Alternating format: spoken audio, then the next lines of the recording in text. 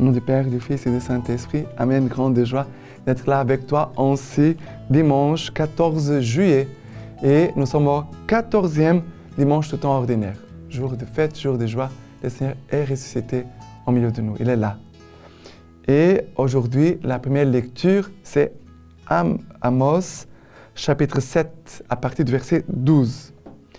Et Amazias dit à Amos, « Voyons, va-t'en, fuis au pays de Juda. Mange ton pain là-bas, et là-bas prophétise. Mais à Bethel, cesse désormais de prophétiser, car c'est un sanctuaire royal, un temple du royaume. » Amos répondit et dit à Amazias, « Je ne suis pas prophète, je ne suis pas frère prophète, je suis bouvier et penseur des sycomores. Mais le Seigneur m'a pris de derrière le troupeau. Le Seigneur m'a dit, va prophétiser à mon peuple Israël. » Alors, ici, il dit, je ne suis pas prophète, je suis bouvier et penseur des sycomores. Bouvier, ça veut dire quelqu'un qui a du courage, parce que travailler avec des bœufs, ils sont dangereux parfois, ils sont très forts. C'est quelqu'un qui a du courage. Voilà, première chose. Et penseur des sycomores, les sycomores, c'est un arbre qui donne un fruit comme des figues. Mais il faut penser les fruits pour qu'ils puissent mûrir bien. Ça veut dire qu'il faut faire comme une blessure dans le fruit, et comme ça, le fruit va être davantage mieux, va être un bon fruit. Ça veut dire c'est un travail de courage, de force, mais aussi de délicatesse, pour faire ce travail délicat, pour pincer les fruits. Ce travail qu'il avait avant va aider Amos après pour l'évangélisation. Ça veut dire que le Seigneur va se servir de nos capacités, de tout ce que nous savons faire, des capacités intellectuelles, de créativité, même artistique, pour la mission, pour notre vocation. Et vraiment, Amos va avoir une tâche difficile comme prophète. Et nous voyons déjà Amazias qui rejette le prophète et lui dit, « Va-t'en, fuis au pays de Juda, mange ton pain là-bas, et là-bas prophétise. » Ça veut dire, on ne veut pas que tu sois ici, on ne veut pas que tu nous déranges. Et ça veut dire qu'il trouve déjà une difficulté, mais il faut avoir du courage devant les obstacles. Il faut avoir du courage pour la mission, pour la prophétie. Mais à Bethel cesse désormais de prophétiser, car c'est un sanctuaire royal, un temple du royaume. Il est en train même de dire, on n'a pas besoin de toi. Non pas seulement il est rejeté, mais on lui dit, ce que tu fais, c'est inutile. On n'a pas besoin de toi. Malheureusement, dans beaucoup d'endroits, les gens croient qu'ils sont déjà convertis parce que voilà, nous avons une tradition, de coutumes religieuses, de tout ça. On n'a pas besoin d'évangélisation. Mais quel dommage. Moi, je me souviens très bien, quand j'ai été en mission au Portugal, un jour, j'ai rencontré une personne de l'église qui croyait qu'il n'avait pas besoin beaucoup d'évangélisation là-bas, parce qu'ils sont déjà un pays catholique. Mais quelle erreur!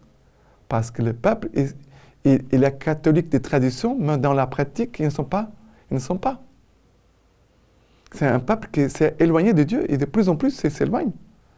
Alors, si nous trouvons des difficultés pour notre évangélisation, ne soyons pas découragés. Le Seigneur veut nous encourager et nous dire, je t'ai donné déjà des capacités pour ton ministère, pour ta mission, pour ta vocation. Voilà, le Seigneur nous capacite.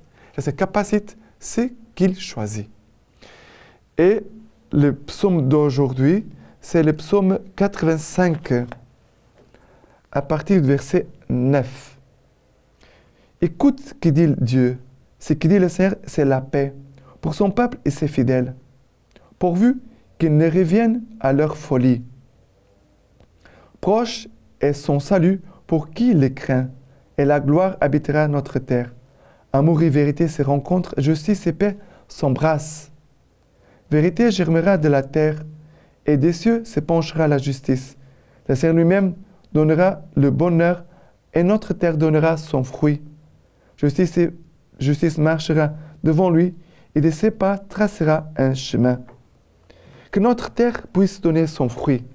Notre fruit pour l'évangélisation, les fruits pour témoigner du Seigneur. Le Seigneur agit en nous. Souvent, le Seigneur agit dans notre vie. Il nous enseigne des choses déjà dans notre vie, non pas de façon intellectuelle, car le Seigneur nous enseigne. Il va nous former, chacun de nous, pour que nous puissions après montrer les chemins aux autres et montrer les choses de Dieu d'une façon déjà bien mâchée, bien déjà comprise en nous, pour que nous puissions aider les âmes à avancer plus rapidement vers le Seigneur. Écoute ce que dit le Seigneur, c'est la paix. Ce que dit le Seigneur, c'est la paix. Le Seigneur veut donner la paix pour son peuple et ses fidèles. Le Seigneur veut nous bénir dans la paix pour que nous puissions apporter cette paix aussi pour notre mission, et cet fruit de paix pour notre monde qui ne connaît pas la paix que Jésus veut nous donner. Après la deuxième lecture d'aujourd'hui, c'est Éphésiens, chapitre 1er, à partir du verset 3. Béni soit le Dieu et Père de notre Seigneur Jésus-Christ, qui nous a bénis par toutes sortes de bénédictions spirituelles aux cieux dans le Christ.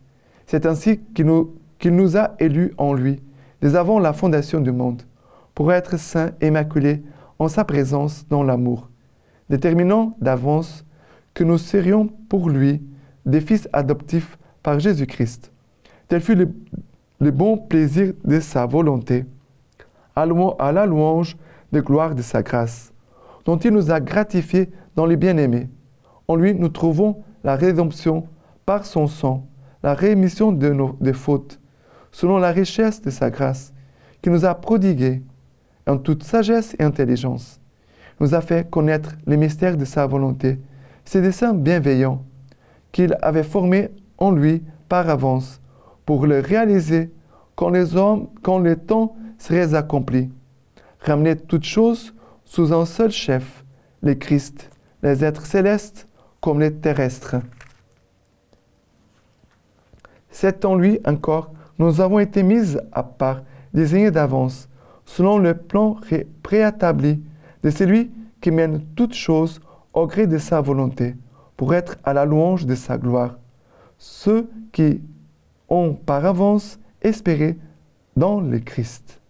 C'est en lui que vous aussi, après avoir entendu la parole de vérité, l'évangile de votre salut, et y avoir cru, vous avez été marqués d'un sceau par l'esprit de la promesse, cet Esprit Saint qui constitue les arts de notre héritage et prépare la rédemption du peuple que Dieu s'est acquis pour la louange de sa gloire.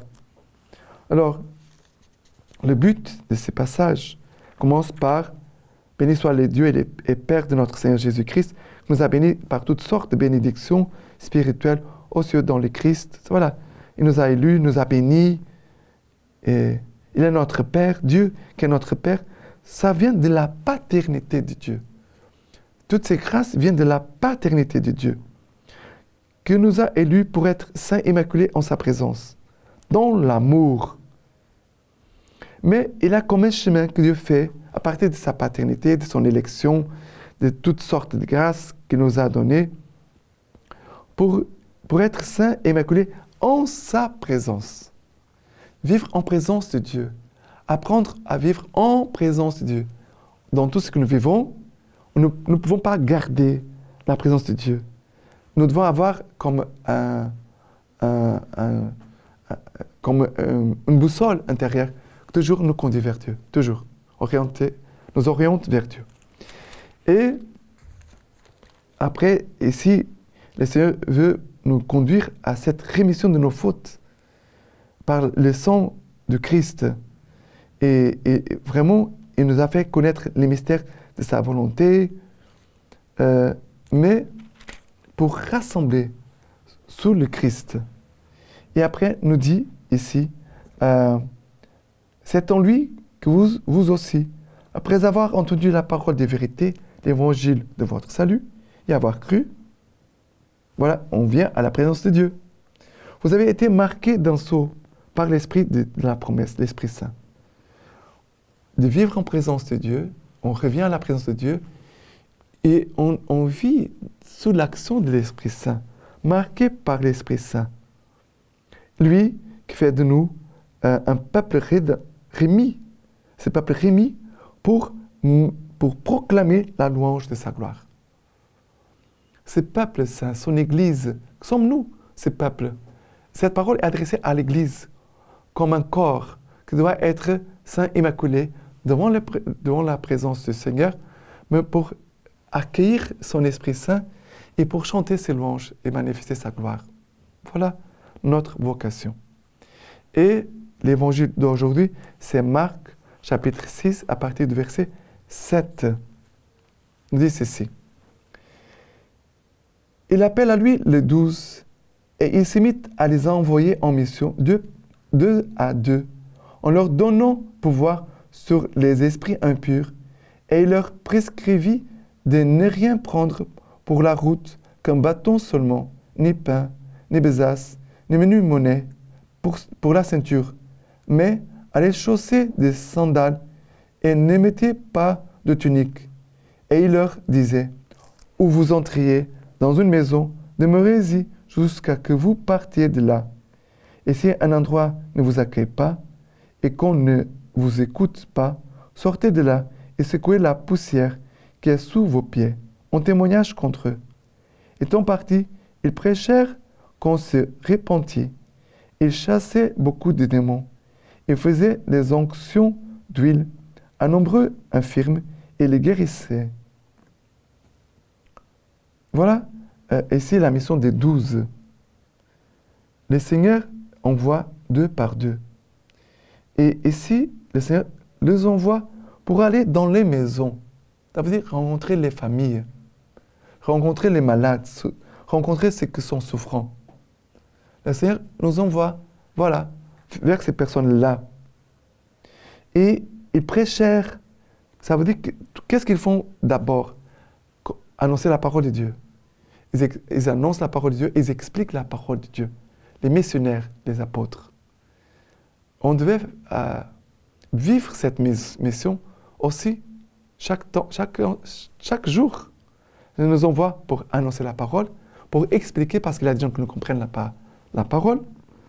Et à partir de la parole, le Seigneur va agir dans les cœurs, va expulser les démons, va guérir aussi beaucoup de personnes malades.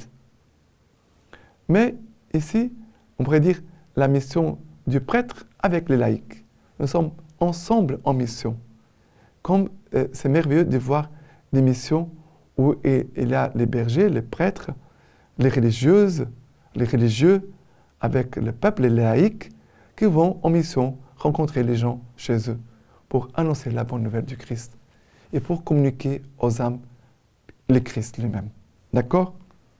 Et le Seigneur agira parce qu'il est fidèle à sa parole. La lecture patristique de ce dimanche de saint Ambroise nous dit ceci. Si tu es donc entré pour regarder ton adversaire à qui tu as décidé de renoncer en lui faisant face, et tu te tournes vers l'Orient, car celui qui renonce au diable se tourne vers le Christ. Il le regarde droit dans les yeux. Maintenant, je vous laisse la bénédiction par les mains toutes pures de la Vierge Marie. Que Dieu Tout-Puissant vous bénisse et vous garde, le Père, le Fils et le Saint-Esprit. Amen.